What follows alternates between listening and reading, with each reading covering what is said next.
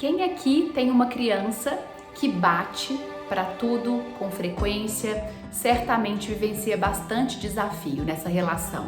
Eu, Cecília, sou mãe de 2 crianças, da Melissa e do Ian. E nesse momento que eu gravo esse vídeo para você, o Ian, meu filho mais novo, tem 3 anos e 3 meses.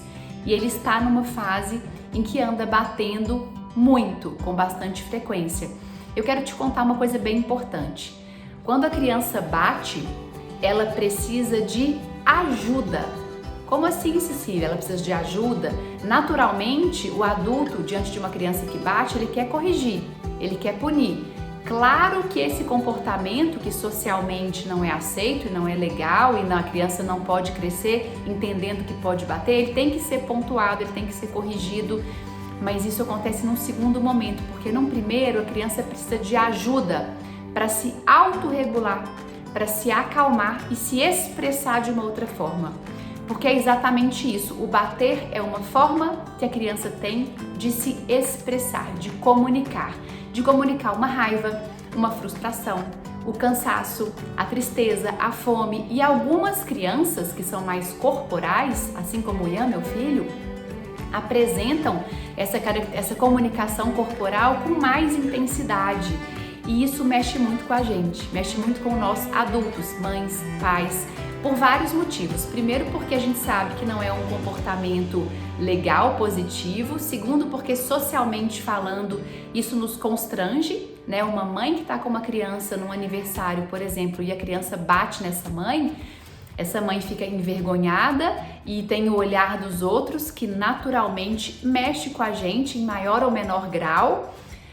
Então, o bater, ele nos tira do eixo. E uma outra coisa, nós aprendemos na nossa história de vida, grande parte de nós mães e pais dessa geração, a gente aprendeu que quando uma criança bate, ela precisa aprender. E o aprender muitas vezes veio na nossa história de vida pela punição. Ah, você bateu, vai levar uma palmada, vai pro castigo, não vai ganhar isso, não vai ganhar aquilo. Só que uma coisa bem importante, quando você dá uma palmada na criança para corrigir o comportamento dela de bater, você está ensinando para ela que a agressão física da palmada é uma forma ok de resolver conflito. Então você, na verdade, causa na sua criança uma grande confusão, um conflito interno. Uai, mas eu bati no meu pai e ele está me batendo, dizendo que está errado, então é incoerente, é um ensinar que não ensina, né? E aí certamente a sua criança não vai bater em você, porque você dá uma palmada nela de volta, você bate de volta, mas ela vai bater em outras pessoas, em outros contextos. E um outro ponto que eu acho bem importante trazer sobre isso, quando uma criança bate, essa é a forma que ela tem de expressar. As crianças pequenas ainda não têm o processo de autorregulação construído. O que é processo de autorregulação? Alguma coisa aconteceu na minha vida, isso me fez sentir algo e a partir do meu sentir eu expressei de alguma forma. Vou dar um exemplo do nosso mundo adulto. Eu estou dirigindo da minha casa para o meu trabalho, uma pessoa passa na minha frente e me fecha, como fecha o carro, me fecha. Isso que essa pessoa fez me deixou nervosa, eu senti raiva e eu posso fazer alguma coisa com essa raiva. Eu posso abrir o vidro, gritar, xingar, eu posso buzinar, eu posso descer do carro no sinal e tirar satisfação, ou eu posso respirar fundo, olhar para essa raiva, entender, falar, tô com raiva, que raiva mesmo, tudo bem, eu senti essa raiva, mas eu vou respirar fundo e vida que segue, vou continuar o meu trajeto para o meu trabalho, não vou explodir com essa raiva. Para eu fazer esse movimento de entender que eu senti raiva porque alguém me fechou, e eu gerenciei essa raiva, porque a vontade talvez era de abrir o vidro, xingar e falar alguma coisa ou buzinar, mas se eu conseguir pensar antes de agir, isso é o meu processo de autorregulação. É eu fazer a leitura de mim. Algo aconteceu comigo, eu senti isso e como que eu escolho expressar. Nós adultos muitas vezes temos esse autocontrole e muitas vezes não. A gente às vezes solta um grito numa hora e depois arrepende, às vezes bate uma porta no momento de raiva e depois arrepende, às vezes joga alguma coisa no chão, faz coisas ou fala que depois se arrepende, a gente fala, nossa, por que eu fiz isso? E entenda uma diferença grande, tá? A criança também vai vivenciar isso, só que a criança pequena ainda está com o cérebro em formação. O cérebro da criança ainda não está totalmente maduro, formadinho. E a região aqui, ó, do cérebro pré-frontal, que é a região responsável pelo pensamento, pelo pensar antes de agir, pela tomada de decisões, ainda não está pronta.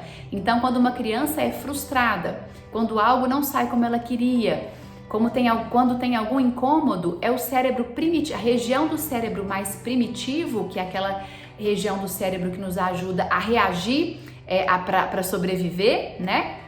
Ter reações mais imediatas, ela toma conta, ela toma conta e a criança ela vai reagir de uma forma mais impulsiva, menos elaborada, menos madura. É aí que vem o choro, o grito, a birra, o bater.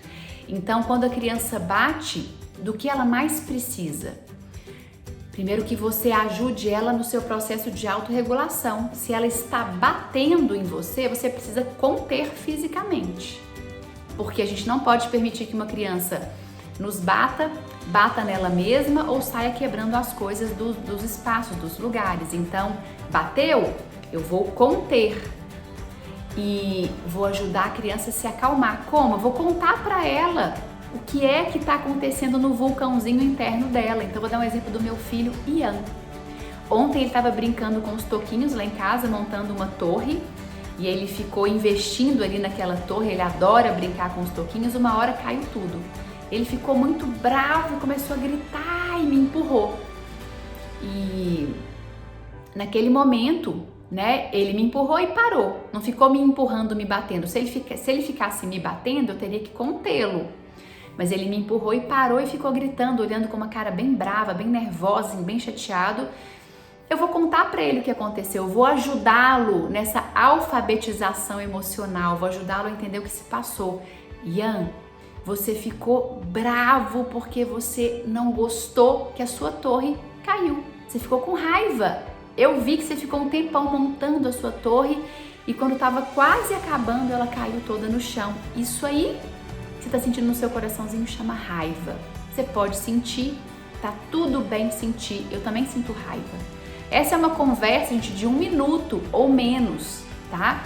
Eu preciso ajudar o meu filho a entender. E eu vou dar nome para essa emoção que veio, ou para esse sentimento, ou para essa necessidade. Eu vou validar, tudo bem sentir. E eu vou pontuar o comportamento. Mas olha só, você me empurrou. E aqui em casa a gente não empurra. Eu não gostei que você me empurrou. Tudo bem você sentir a sua raiva, mas vamos pensar em colocar essa raiva para fora de uma outra forma?